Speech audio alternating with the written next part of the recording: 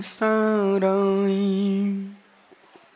शानि भूत्वा तिकांसिते शिष्य भावाय भावाय श्री भावंतरचिदे अनंति धर्मणे स्तुत्वं पश्यति पृथक् आत्मनः निकान्तिमयी मूर्तिं नित्यमेव प्रकाशताम् नमोऽर्यन्ताणं नमो सिद्धाणं नमो आर्याणं नमो ध्यायाणं नमो लोय सौविसाफूडं।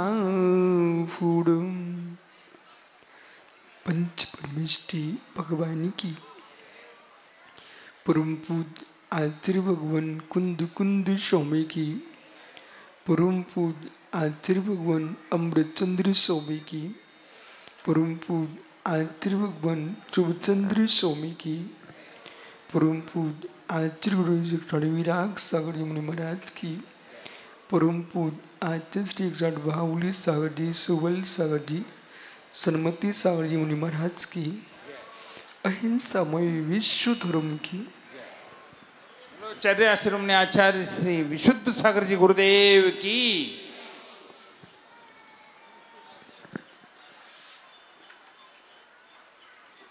भवबंधु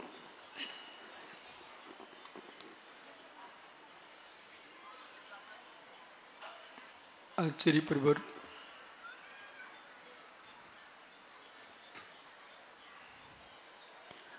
भगवान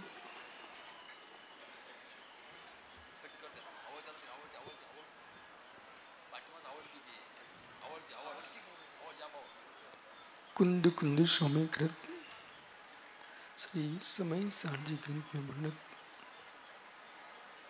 प्रमेयों पर आचार्य परिवार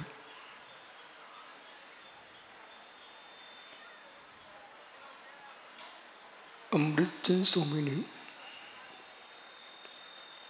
आत्मख्याति टीका में कलशों की निरूपण की। उन कलशों पर शुभचंद्र स्वामी ने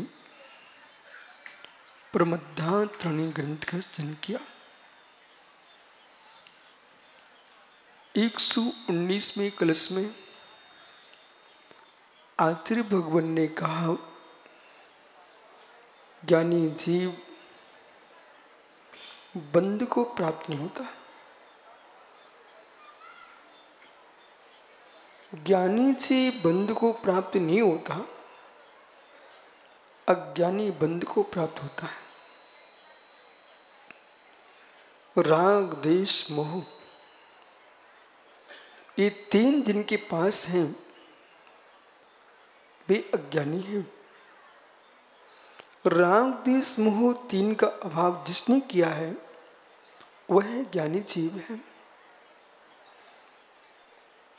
ज्ञानी शास्त्रों का कितना ही हो, ज्ञानी पद का कितना ही हो,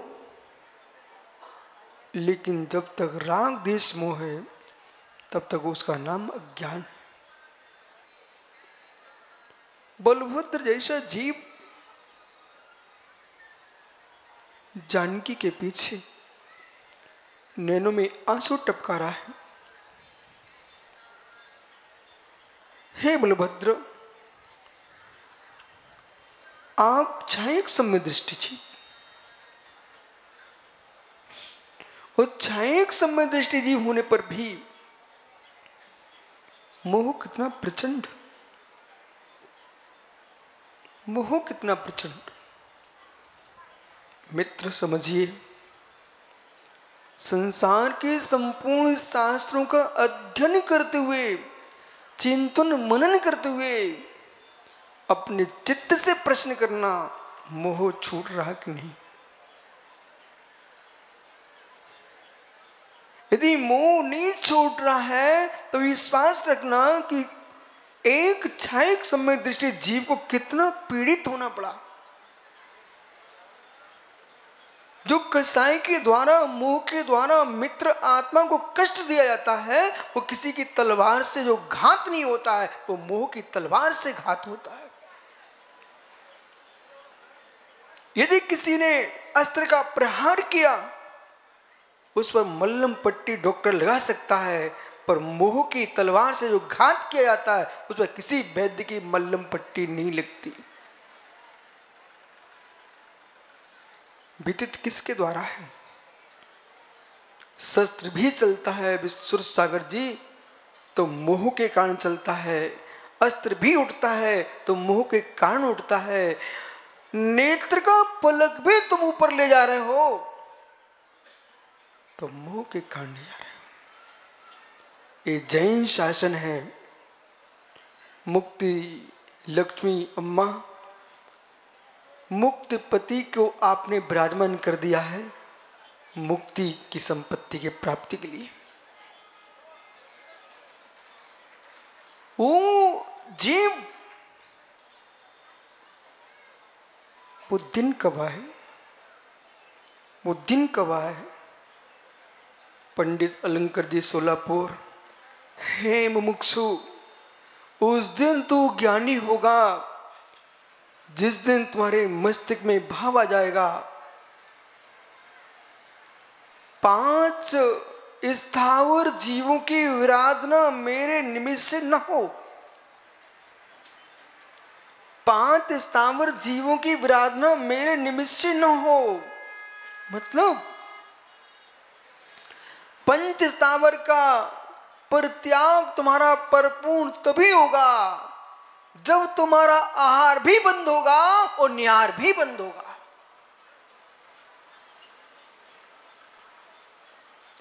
जब तक आहार है, निहार है, विहार है, तब तक आप पूर्ण चारित्र के स्वामी नहीं हो।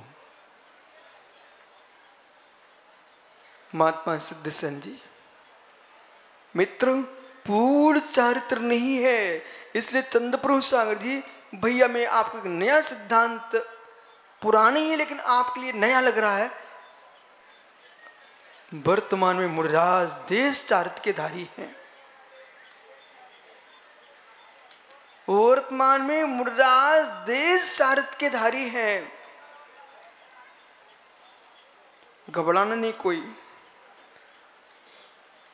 पर ये देश चारित्र वह देश चारित्र नहीं है जो प्रथम प्रतिमा से 11वीं प्रतिमा तक होता है। मुनिराज देश चारित्र के धारी हैं, पर ये देश चारित्र वो नहीं है जो श्रावकों वाला है। श्रावकों के पास मात्र 11 प्रतिमा होती है और वीतरागी श्रमणों के पास 12 प्रतिमा होती है। मुनिराज 12 प्रतिमा के स्वामी होते हैं, लेकिन ये 12 प्रतिमा पंचम काल में पालना बहुत कठिन है, असंभव है। भिक्षु द्वादश पड़मासु, धर्मसेन महाराज जी, भिक्षु द्वादश पड़मासु, सुमतमती अम्मा भिक्षु द्वादश पड़मासु। बृहद प्रतिगण सूत्र में आप लोग पढ़ते भिक्षु द्वादश पड़मासु। भिक्षुओं के 12 प्रतिमाएं होती है, बहुत कठिन प्रतिमा है। एक प्रतिमा का स्वरूप बताऊं मैं आपको, मात्र एक प्रतिमा का स्वरूप बताता हूं। वे श्रमण जो 1 माह विहार करते हैं, 1 माह रुक करके भाषण करते हैं, 1 माह विहार करेंगे, कहीं रुकेंगे नहीं। जिस नगर में आज आहार किया है उस नगर में कल नहीं करेंगे। अगला आहार दूसरे ही गांव में होगा उनका। ऐसे विहार करते जाएंगे और 1 महीना होते ही भी वहां विश्राम करेंगे। विश्राम थकान मिटाने के लिए नहीं करेंगे, विश्राम देशना लब्धि की सिद्धि के लिए करेंगे। वहां पर श्रुतोपलब्धि को प्राप्त करेंगे। निर्गंतों का विहार इसलिए होता है, किस भूमि पर, किस स्थल पर श्रुत भंडार में कितने गुण श्रुत विराजमान हैं, उन श्रुत भंडारों के श्रुत को देख करके वहां के श्रावक से प्रक्षणा करके, ऐसा भी नहीं करेंगे किसी की भी ग्रंथालय में अलमारी खोल करके ग्रंथ लेके चल देंगे, नको नको, ऐसा नहीं। वहां पर श्रावक से प्रक्षणा करेंगे कि रुकड़ी के जिनाले में देखा है, यहाँ जिनमानी का भंडार भरे हुए हैं। धर्मनगर में मैं गया, धर्मनगर में ग्रंथ के भंडार भरे। उधर सिकोवापुर में भी आचार्य बाहुली सारे ग्रंथों पर ग्रंथ रखे। वहां जाकर के आप माना कि उत्तर भारत से दक्षिण भारत आए, दक्षिण भारत में मूलबद्री पहुंचे और मूलबद्री, श्रीधवल, जयधवल, महाबंद इन ग्रंथों को निहार करके वहां के स्वामी से पूछना, मैं यहां रह करके 1 माह वाचना करूंगा, और वाचना करके वे विहार करेंगे, ग्रंथों को लेके नहीं जाएंगे, वो ग्रंथ वहां के वहीं विराजमान करके जाएंगे।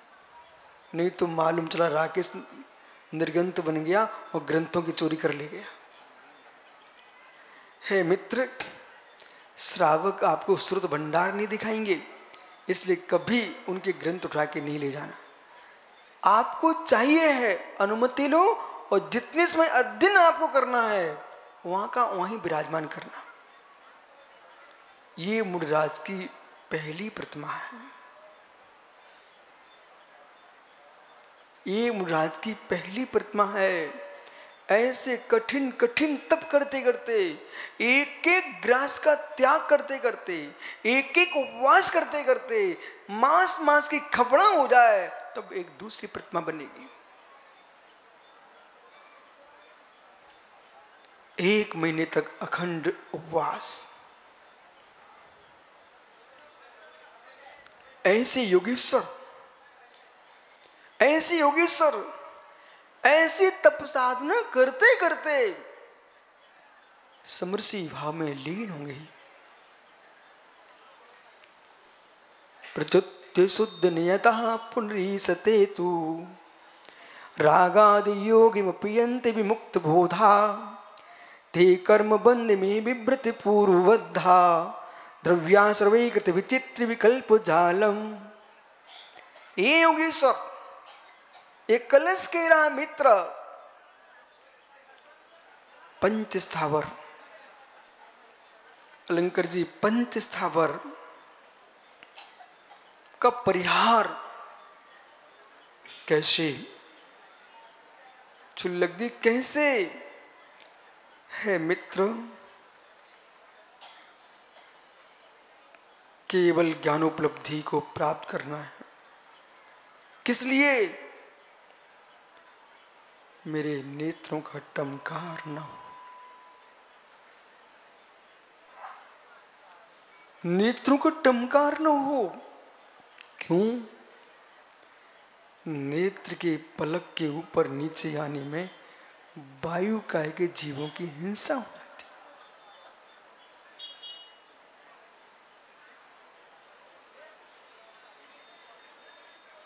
जितनी नेत्र ऊपर नीचे आ रहे हैं, निमेष तुम्हारे चल रहे हैं, हे मित्र, श्वास की गति, नेत्रों का टंकार, विचित्र परिणामों की दशा का बोध है। सुब्र सार है क्या? सरस्वती है क्या? हे मित्र, अवरुद्ध कारोपलब्धि हेतु,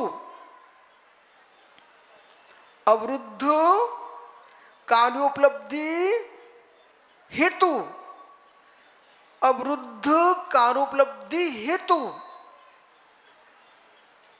नेत्रों का टंकार, श्वासों का द्रुत गति से चलना, गर्दन का इधर उधर घूमना, ये मित्र कार्य है। ये कार्य है किसका? तुम्हारे चित्त में तीव्र कलुष है, तुम्हारे चित्त में चंचलता है।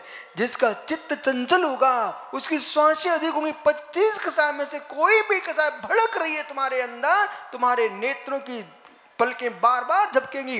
यह तो भयभीत है, कामी है, क्रोधी, लोभी, लालची है, चित्त स्थिर नहीं है, बार बार इधर झांक रहा है। इसका मतलब है मित्र कार्य दिख रहा है। इसका कारण क्या है? चित्त चंचल है, चित्त चंचल है। यानी एक बार वायु के नियोग से सुमेरु हिल जाए, परंतु विकारों के नियोग से जिस योगी का चित्त नहीं हिलता उसका नाम भावलिंगी दिगंबर मुनि होता है।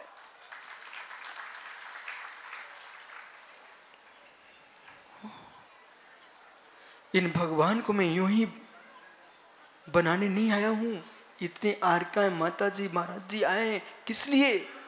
हे आदिश्वर स्वामी, हे वृषभ तीर्थंकर, हे प्रागराजपति, हे अयोध्यापति, हे कैलाशपति, ऋषभ देव, जटाशंकर, जटाशंकर, त्रिनेत्री, आदिश्वर, त्रिशूलधारी, हे पार्वतीपति, हे बाग गंगेश्वर, हे बाग गंगेश्वर, हे ऋषभदेव, अर्धनारीश्वर, आपके श्री चरणों में मैं इसलिए नहीं आया हूं कि जगत के भिखारियों जैसे तुमने भीख मांगी है। मैं आपके दोनों इसलिए आया हूं कि आप जहां विराजमान हो, आप जहां विराजमान हो, भागवत गीता में लिखा हुआ है कि भगवान ऋषभदेव की प्रतिमा यहां विराजमान होना बहुत अनिवार्य था। भागवत गीता में लिखा हुआ है कोंकण देश में भगवान ऋषभदेव ने विहार किया है। एक कोंकण का क्षेत्र है, कोल्हापुर जिला, अंग बलंग कोंकण, जिनसे स्वामी ने महापुराण में लिखा है। एक कागज यहां पर रखा हुआ था, मैं पढ़ रहा था। धर्मसेन महाराज ने देखा ये क्या कर रहे इतनी देर से, देखा लिखा था ना अभी। मित्र, इस क्षेत्र में भगवान ऋषभदेव ने विहार किया था। वो भगवान ऋषभदेव की विहार भूमि है, इसलिए क्या रुकड़ी में बेवर्णा है, इसलिए बालक संभव कुमार ने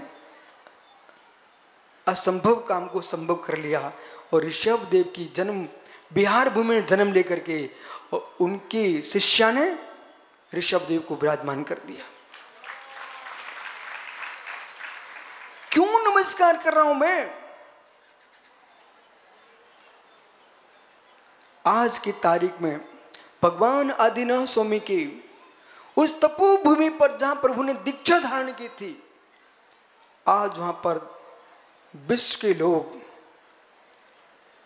उनके चरण गंधोदक का प्रक्षालन, गंधोदक अपने मस्तक पर ढाल रहे। जब प्रभु अक्षय वट के नीचे ध्यान कर रहे थे सुब्रत सागर जी, तब अनेक बार बारिश हुए, अनेक बार मेघ बरसे और प्रभु के सिर से लेकर नीचे तक पानी बह गया था जल का, वो सारा गंगा में बह गया। इससे सारा दुनिया आज मस्तक पर ढाल रही है।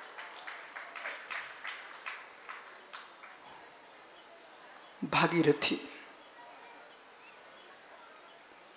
भागीरथी में सब भाग्य बना रहे हैं, लेकिन भाग्य विधाता रुकड़ी में विराजमान हो रहे हैं। आप लोग समझ नहीं रहे क्या? हिंदी समझते ना? ओह, अब तो मैं समझ, आप समझते हो। माता जी हिंदी में प्रवचन कर रही थी और जिनसेन को तो धर्मसेन ने सिखा दिया था मराठी में करने का। तो फिर जब सिद्धसेन का नंबर आएगा ना, चंदा बाबा के, कन्नड़ी में करेंगे। कोई तमिल में भी करेगा क्या? नको। आइए मित्र, कीवण नाम तिड़ितम 34 से भूति संपन्नम नाभीजिणम त्रिभुवनम नमन सिद्धम रमन शामी। अम्मा, ये त्रिलोक परिणति की गाथा है, इस क्षेत्र में गाथा लिखी होना चाहिए। ये गाथा त्रिलोक परिणति की है, इस गाथा को आप बड़े बड़े अक्षरों में इस क्षेत्र में लिखवा देना। बोले क्यों? ये त्रिनेत्री ऋषभदेव है। मध्य प्रदेश में सल्या श्रेयांश गिरी है, वहां पर 3 नेत्र के धारी आदिनाथ विराजमान है। तो लोगों ने हमसे प्रश्न किया कि भगवान सरागी हो गए, उनकी क्यों? इनके तिलक लगा तिलक। उनके मित्र अज्ञानियों ने ऐसे ही अनर्थ किया है। वो तिलक नहीं है, तिलक नहीं है। शिल्पकार से कहा गया था लिखा नहीं होना चाहिए, लेकिन पता होना चाहिए। लिखा नहीं होना चाहिए, पता होना चाहिए कि प्रभु के तीसरा नेत्र प्रकट हो गया है। वो तीसरा नेत्र कौन था? केवल ज्ञान था, और केवल ज्ञान का प्रतीक वो तिलक है, वो आंख है, न कि तिलक है। तो केवल नाण त्रिनेत्रम, केवल ज्ञान रूपी तीसरा नेत्र जिनके प्रकट हो चुका था, ऐसे ऋषभदेव केवल नाण त्रिनेत्रम 34 अक्षय विभूत संपन्नम, 34 अक्षय की विभूति से संपन्न है। नाभे जडम, वे कौन है? नाभे पुत्र, वे जनदेव ऋषभदेव। नमन सम्मान, उनको मैं नमस्कार करता हूं। एक गाथा लिखाओ, इस गाथा को कोई से रिकॉर्ड कराओ, बार बार यहां क्षेत्र में गूंजना चाहिए। नाभे पुत्र, वे ऋषभदेव। लोग समझ नहीं पाए। निर्गंत योगियों का मल परिसर्जय होता है। स्नान नाम का मूल गुण होता है स्नान। हठ योग प्रारंभ करते लोग ऋषभदेव से अज्ञानी समझ नहीं पाए। उन्होंने चामुक मारना सीख लिया, लाठी प्रहार मारना सीख लिया, कांटों पर चलना सीख लिया। हठ योग का मतलब था निज स्वरूप से चले मान नहीं होना, जहां विराजमान हो गए, अचल सुमेरुवत हो गए, इसका नाम है हठ योग। निष्कंप निस्तरंग आत्मा की अनुभूति जो है वो हठ योग, शुद्धात्मा अनुभूति में लीनता। वे परम योगीश्वर स्नान नहीं करते थे, तो भागवत गीता में उनको अघोरी कह दिया।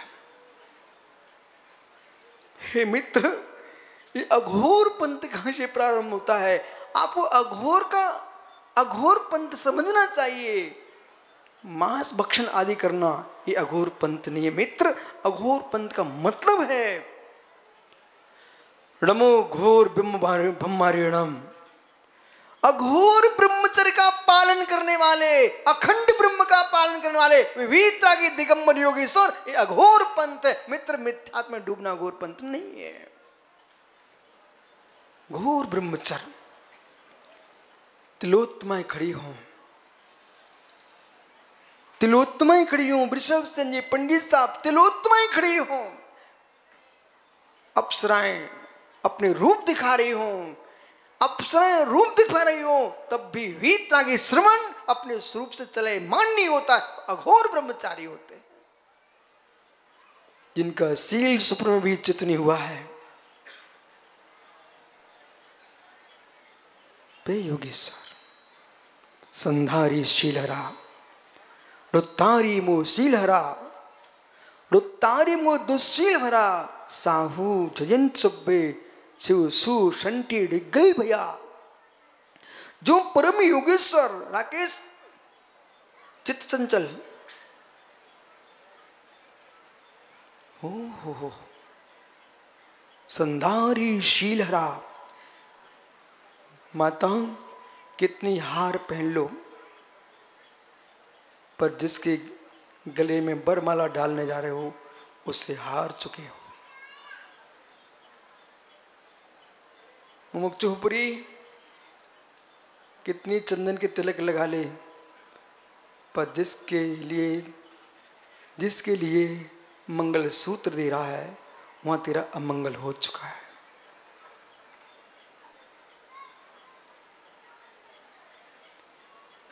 किसी की कन्या को मंगल सूत्र दे रहे थे बेटा, उसी दिन तुम्हारा अमंगल हो चुका था। बोले क्या हुआ गुरुजी?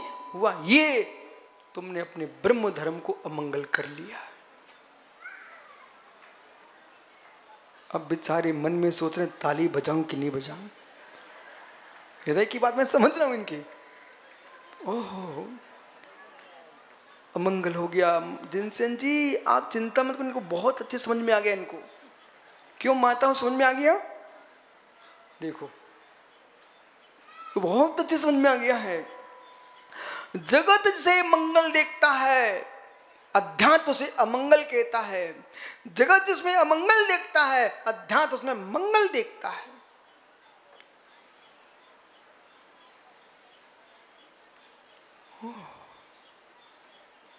मुमुक्षु आज बेचारे कुछ नहीं कह पा रहे हैं। उन योगियों को नमस्कार कर रहा हूं, उन श्रवणों को नमस्कार कर रहा हूं, उन बदंतों को नमस्कार कर रहा हूं, जिनका निर्णय हो चुका है वो दिन कब आएगा मेरे नेत्र का टिमकार बंद हो जाए, श्वास की श्वास निकलना बंद हो जाए।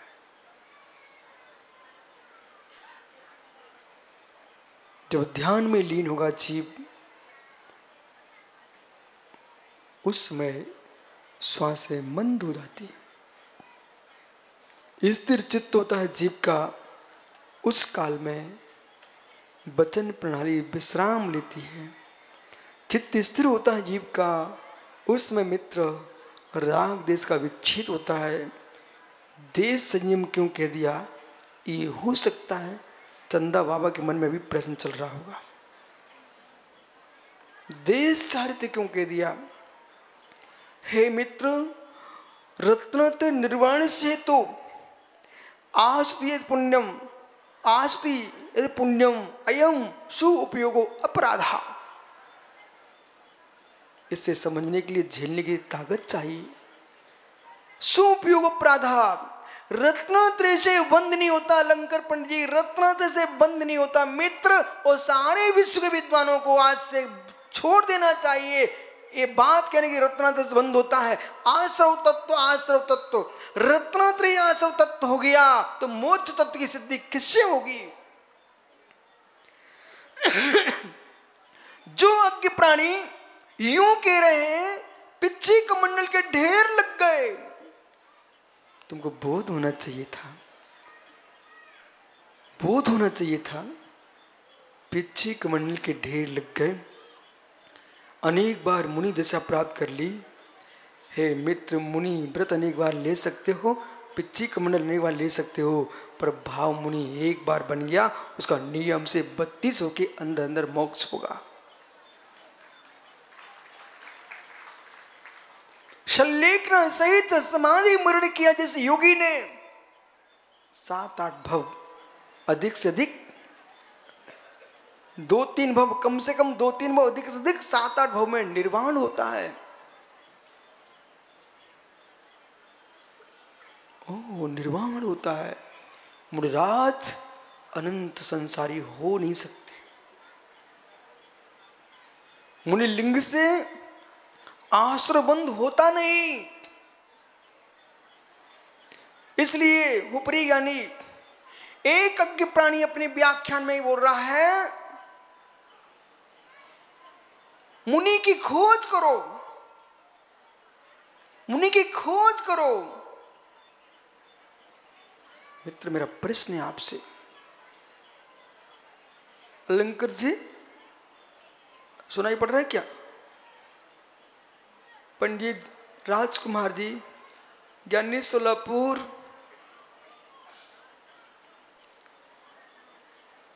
पानी में कमल होता है कि कमल पानी होता है?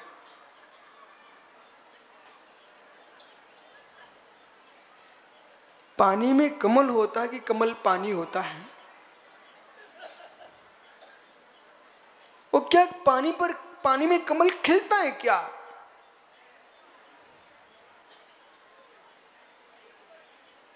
भोले ज्ञानी, ओ पंडित दिल्ली, पानी में कमल होता है, कमल पानी होता है कि पानी में कमल खिलता है?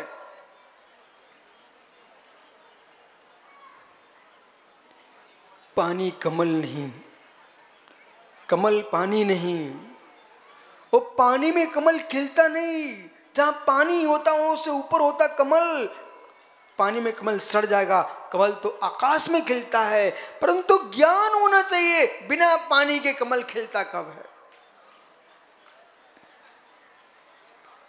बिना नीर के कमल खिलता कहां है? सरोवर के बिना सरोज कहां? सरोवर के बिना सरोज कहां? और बिना द्रव संयम के भाव संयम कहां?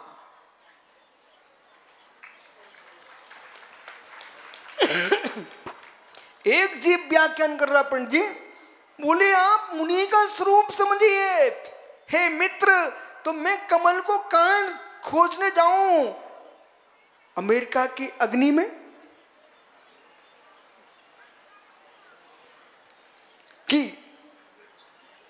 कि पर्वत की चोटियों पर? कि चीन की दीवार पर? कि भारत के दिगंबर जैन तीर्थों को नाश करके बनाई कुतुब मीनार पर?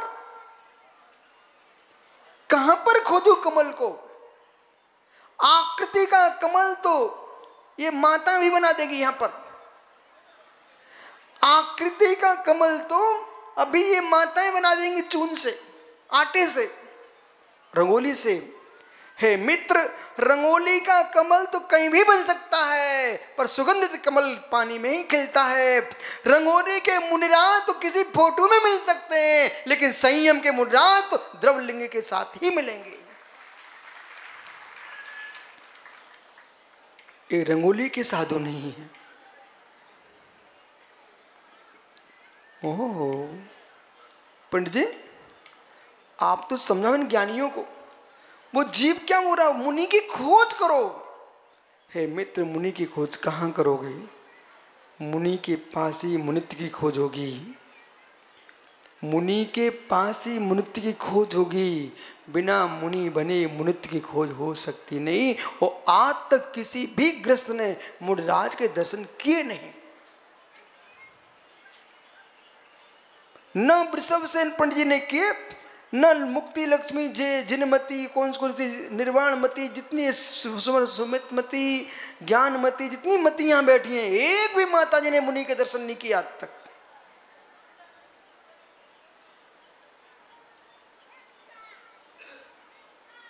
क्या हो गया?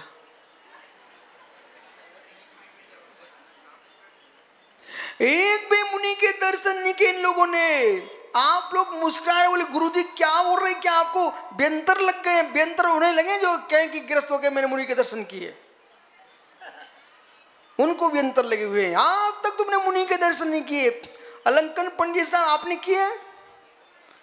एक मिनट खड़े तो हो जाओ। पंडित बोलना क्या बोल रहे आप? मुनिराज के दर्शन किए?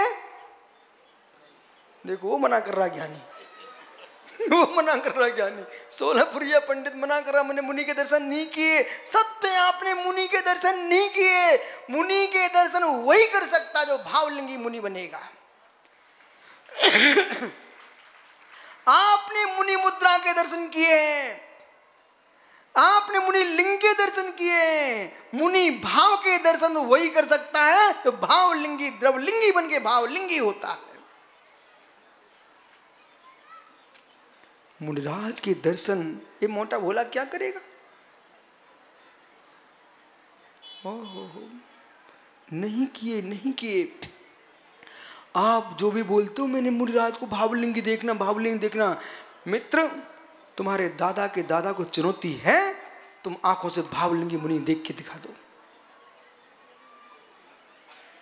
भावलिंगी मुनि तुमको देखना है तो आपको विषय भोगों से विरक्त होकर के, राग देश मोह का प्रत्याख्यान करके और अनंतानंदी प्रत्याख्यान, ये आपको 3 चौकड़ी का 6 क्षोषम करके और संजलन के उदय में जो तुम्हारे परिणाम होंगे तो तुम भावलिंगी मुनि के दर्शन करोगे। इनमें है योग्यता भावलिंगी मुनि के दर्शन करने की। आज ये सिद्धि सेन जी हमको ले गए सोच को, बोले चलो मैं आपको जंगल ले चलता। ले गए, बीच में छोड़ दिया। हम आगे बढ़ गए, हमने ठीक है मैं खोज लूंगा। जगत ऐसे ही करता, बीच में छोड़ के कब अब तुम खोजो। हमको छोड़ दिया। शांति सेन जी मैं चला गया तो एक खेत में सूखे सूखे में निकल गया। आगे गया तो मुझे पूरा बहुत बड़ा किसान का खेत सूखा मिला, उसमें बहुत बड़ा कुआं था। फिर मैंने सोचा अब ये ठीक स्थान है, अब मैं इसमें पढ़ाई करता हूँ। ये लोग को तो इतनी देर क्यों लगाते। फिर मैंने वहाँ पढ़ाई की। पढ़ाई किया जहाँ मैं शुद्धि को गया, एक डंठल दिखा। वो डंठल दिखा सूखा, उसके ऊपर एक सूखी भिंडी लगी हुई थी। क्या दिखा? एक सूखी भिंडी लगी। भैया चंद्रपुर सागरी एक सूखी भिंडी है। मैंने कहा अब ये ठीक है। वो थी कहाँ? जहाँ बिल्कुल मैं सामने था, बिल्कुल सामने लगी। हम देखो बेचारी एक रह गई तो सूख गई, एक रह गई सूख गई। जो समूह को छोड़ देता है उसे ऐसे ही सूख के रहना पड़ता है। चांगला ओह छान वाटवे को एक भिंडी बेचारी सूखी। तो पहले क्या लगा, अकेला होता है सूख जाता है। फिर मेरी बुद्धि दौड़ी आगे, नहीं आप ऐसा ही सर्वथा मत कहो। जो हरी थी वे खप गई, जो हरी थी वे खप गई, ये सूखी बीज बन गई। रुकड़ी के लोगों थोड़ी देर से समझ में आता है। जो सूखी हरी थी वे सब पेट में गई, और जो सूख गई तो बीज बन गई। जो सुख से रहते हैं वे कर्मों से खप जाते हैं, अकेले जंगल में जाकर तपस्या करते हैं वे सूख जाते हैं, वे मोक्ष का बीज बनाते हैं। कहाँ बैठा था मैं? जंगल में। ये समकिस खसा क्या सोचते, गुरु जी देर लगाते वहां बैठे बैठे, हम खड़े ध्यान करते। मित्र गेयों में ध्यान, ध्यान में गे, गेयों में ध्यान, ध्यान में गे। क्या सही है? निसंग सागर जी क्या सही है? गेयों में ध्यान, गेयों में ध्यान, ध्यान में गे, गेयों में ध्यान, ध्यान में गे। है मित्र गेयों में ध्यान कि ध्यान में गे। लंकर जी है मित्र गेयों में ध्यान, गेयों में ध्यान तो भगवान बना सकता है, और ध्यान में गे संसार में भटकाएंगे। अपने बेटे की मां का ध्यान करें अलंकर जी, अपने बेटे की मां का ध्यान करें अलंकर जी, तो इनका काम बन सकता है। और ध्यान में बेटे की मां आ गई, काम बिगड़ जाएगा। क्या हुआ? ये दिल्ली वाले कहाँ गए सब? वो कालू राम, कौन कौन से राम आए थे, ये सब बेचारे सोच रहे हैं कि हमने आचार्य बाहुली सागर महाराज संघ में इतने साल से रह रहा हूं, ये कौन सा प्रवचनकार लेके आ गए माता जी। धर्मसेन महाराज जी, मैं इनकी दिल्ली गया, वो 4 दिन के अंदर पूरी दिल्ली में शांति छा गई। 4 दिन में लोग 4-4 साल नहीं निकल पाए, हमने 4 दिन में पूरी दिल्ली घूम करके वो बाहर आ गए। तो लोग दिल्ली के क्या बोले? बोले महाराज जी हमारी दिल्ली का जादू आप पर नहीं चला। हमने क्या हुआ? बोले आप रुके नहीं, निकल गए। मैंने कहा मित्र मैं अपना जादू चला के चला गया। ओहो, मैं सुन रहा हूं सब दिल वालों का। ज्ञान में थे कि ध्यान में गए।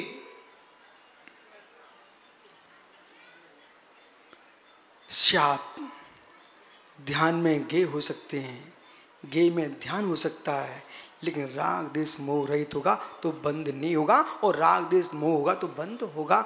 ज्ञान में बंद नहीं, ध्यान में बंद नहीं, बंद राग देश मोह में है। बराबर बराबर। बंद किसमें है? गेयों में बंद मानते हो, गेयों में बंद मानते हो तो राकेश पंडित शुद्ध मिथ्या दृष्टि आदमी। गेयों में बंद कि देह में बंद, कि देह में बंद। पंडित सुन, गे में बंद कि देह में बंद, कि देह में बंद, कि देह में बंद। अर्थ करिए, अर्थ करिए, श्लेष अलंकार का प्रयोग करो। रही मन पानी राखिए, बिन पानी सब सून, पानी गने उबरे मोती मानुष चून। इसका अर्थ क्या है? ये श्लेष अलंकार है चंदा बाबा, बराबर। ये श्लेष अलंकार है। उस श्लेष अलंकार में मैंने कहा धे में बंद, गे में बंद कि धे में बंद। न गे में बंद, न धे में बंद, धे में बंद। समझो ना, समय हो रहा है प्रतिकोण का। ये लोग कह रहे समय हो रहा है अतिकोण का।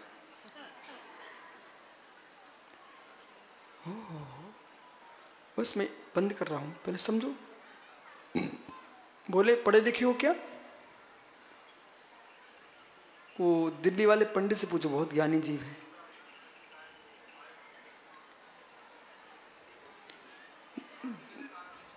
हे मित्र, गे यानी जानने योग्य, धे यानी ध्यान योग्य, इन दो में बंद नहीं है। धे यानी अभिप्राय, धे यानी अभिप्राय, इसलिए क्रिया में बंद की अभिप्राय में बंद। क्रिया में बंद के अभिप्राय में बंद। महाराज जी, एक लोटा पानी कोई ढाल दे, आप जैसा ज्ञानी जीव भग भग पानी फेंक रहा है, ये शांत नहीं बैठ सकते। अभी नादनी में मैं देख रहा था, मैं इनको बाल्टी लोटे के लोटे, मटकी की मटकी, वो बड़े बड़े मटके भगवान पर ढर रहे थे। ये परमेश्वर वहीं बैठा था, मना ही नहीं कर रहे थे। थोड़ा चम्मच से कर लो अब से। चंदा बाबा चम्मच से करवाता है और तुम मटके से करवाते हो। चंदा बाबा चम्मच से कराता है और ये मटके से करवा रहे थे। मैं तो क्या एक भाव से देख रहा था, भैया सबकी देख लो। अब देखना, विषय पकड़ना। गे में बंद कि धे में बंद, क्रिया है प्राय। एक लोटा पानी यूं फेंक दे तो ये चिल्ला रहे थे, ठीक कर रहे थे, और एक कलश भरा बड़ा प्रभु पर ढार रहे थे, तब भी मना नहीं कर। क्या बोल रहे थे? हाँ करो करो करो करो। यानी पानी दोनों में जा रहा है, पर एक पानी बर्बाद हो रहा है और एक पानी गंदों तक बन रहा है। धे क्रिया है प्राय।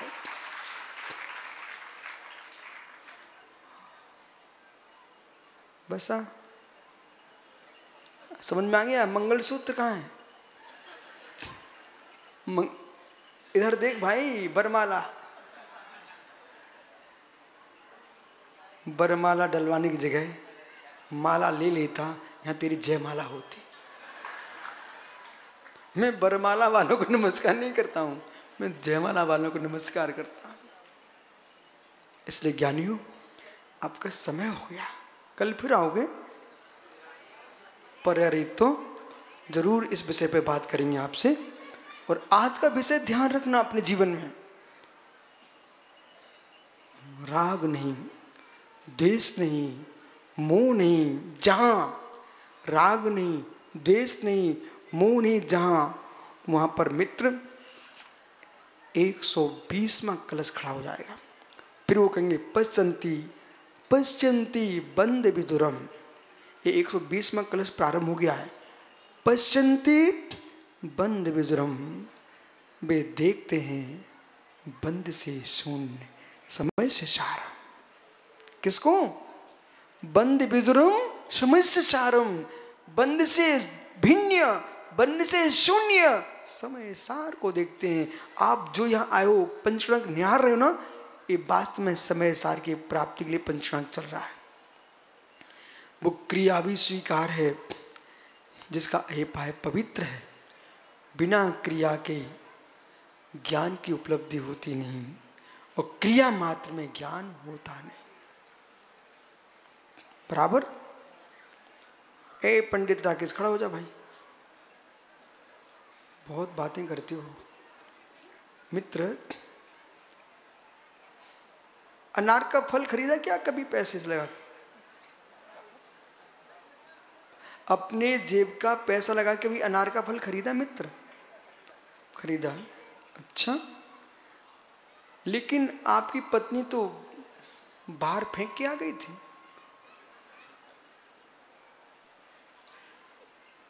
जितना गिलास में नहीं भरा उतना बाहर फेंक के आ गई।